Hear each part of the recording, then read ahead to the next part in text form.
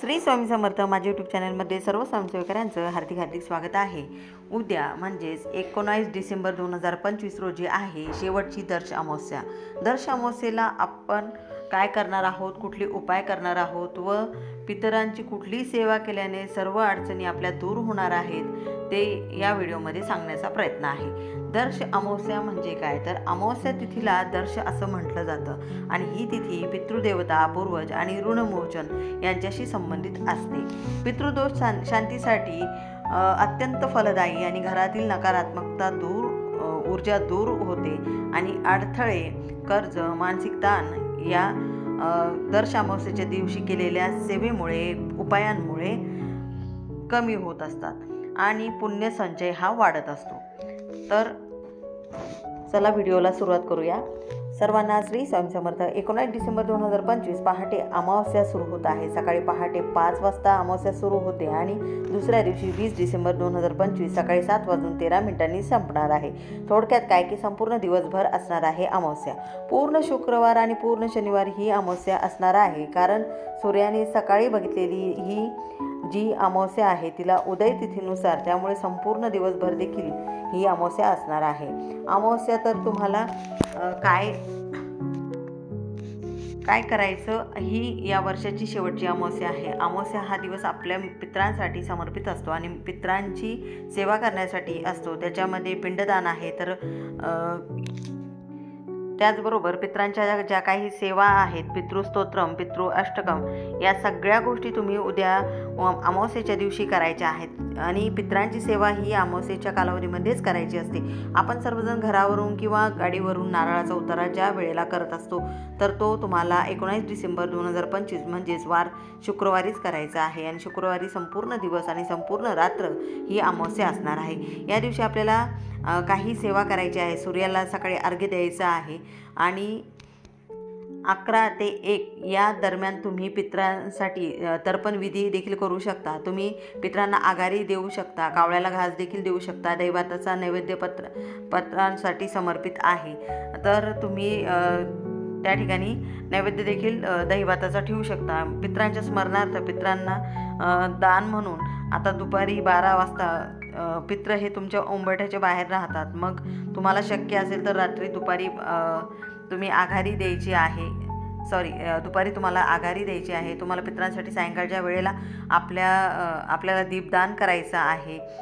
संध्याकाळी तिळाच्या तेलाचा दिवा दक्षिण दिशेला आपल्याला लावायचा आहे आणि दक्षिण दिशेला तो दिवा लावत असताना ओम पितृदेवताय नमः, ओम पितृदेवाय नमः असा मंत्र आपल्याला म्हणायचा आहे। त्यानंतर पितृतर्पणामध्ये काय येतं, पाणी, काळे तीळ आणि तुळशीचे पानं। पितरांचं स्मरण करून तर्पण करणं शक्य नसेल तर त्यात गंगाजल तुम्ही मिसळून ते तर्पण विधी करू शकता आणि त्यावेळेला गायींना चारा, कावळ्यांना अन्न, मुंग्यांना साखर द्यायची आहे। यामुळे पितृ प्रसन्न होत असतात आणि शक्य होईल तर तुम्ही 108 वेळा ओम नमः शिवाय किंवा ओम पितृभ्या स्वधा नमः या मंत्राचा जप करायचा आहे। या दिवशी आपल्याला अमावस्ये दिवशी घराची स्वच्छता करून नकारात्मक वस्तू, तुटलेल्या वस्तू असतील, जुन्या फाईल्स असतील त्या घरातून काढून टाकायच्या आहे आणि या दिवशी मांसाहार, मद्यपान टाळायचं आहे।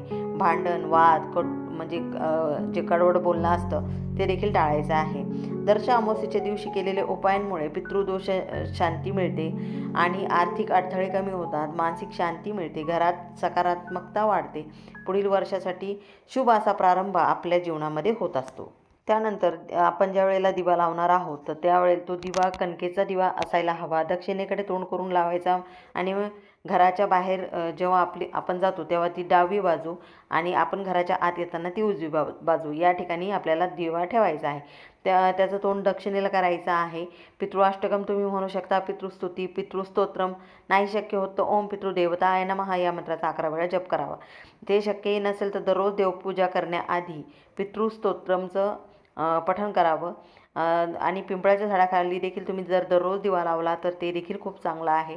जर तुम्हाला शक्य असेल तर उद्या तुम्ही पिंपळाच्या झाडाखाली, साक्षात विष्णूंचा वास असतो, आपल्या पितरांना मुक्ती मिळावी, त्यांना होणारा त्रास कमी व्हावा म्हणून आपण जिथे पिंपळ वृक्षाला तो दिवा लावायचा आहे आणि अमावस्येच्या दिवशी पिंपळाच्या झाडाला हात लावायचा नाही, त्याला आपण जल अर्पण करू शकतो, प्रदक्षिणा मारू शकतो, पण हात लावू शकत नाही. तिळाचं तेल टाकून तुम्ही दक्षिण दिशेला तोंड करून देखील दिवा त्या ठिकाणी देखील लावू शकता. आपल्या घरातील नकारात्मकता दूर होण्यासाठी उंबरठ्यावर हळदीचं लेपन करायचं आहे. देवघर आपलं स्वच्छ करायचं आहे. अजून अशा बऱ्याचशा गोष्टी आहेत, त्या गोष्टी करताना आपल्या मनाला प्रसन्नता वाटते आणि त्या गोष्टी पवित्र वाटत असतात. आपल्याला घरामध्ये आपल्याला धूपदीप लावायचा आहे. जाळे जळमटी जी आहेत ती काढायची आहेत. आणि काय करायचं नाही तर मांसाहार करायचा नाही, घरामध्ये कुठल्या प्रकारचा वाद करायचा नाही, कुठल्याच प्रकारची कटकट करायची नाही, राग द्वेष करायचा नाही, कुठल्याच प्रकारचा कोणाचा अपमानही करायचा नाही, कोणाला फसवायचं नाही, कुणाचा अनादर करायचा नाही.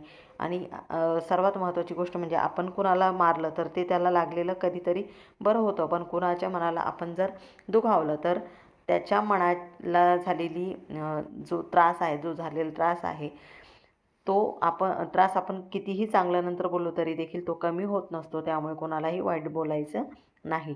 आपण कुठलीही सेवा करा, आपण जर ज्या वेळेला आपण खूप सेवा करतोय पण अशा चुकीच्या गोष्टी देखील करत असू तर आपण कितीही सेवा केली तरी देखील त्याचं फळ मात्र आपल्याला लवकर मिळत नाही. कारण आपण छोट्या छोट्या गोष्टींमध्ये ज्या चुका करत असतो ना, आपल्यावर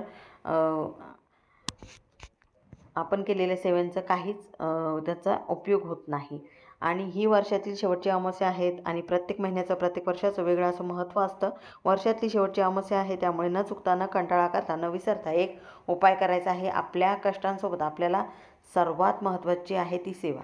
आणि अशी सेवा करत असताना काही उपाय देखील आपल्याला करायचे असतात आणि हे उपाय केल्यामुळे आपल्या संसारिक अडचणी ज्या आहेत त्या कमी होण्यास आपल्याला मदत मिळत असते. म्हणून उद्या या वर्षाच्या शेवटची अमावस्या असल्याकारणाने प्रत्येकाने हे छोटे छोटेसे उपाय जे आहेत ते करायचे आहेत. त्यामुळे आपल्या पितरांची सेवा देखील घडणार आहे आणि आपल्या अडचणी देखील दूर होणार आहे. झालेली सेवा महाराजांच्या निमित्त करते. व्हिडिओ आवडला असेल लाईक करा, शेअर करा, सबस्क्राईब करा. सर्वांना श्री स्वामी समर्थ.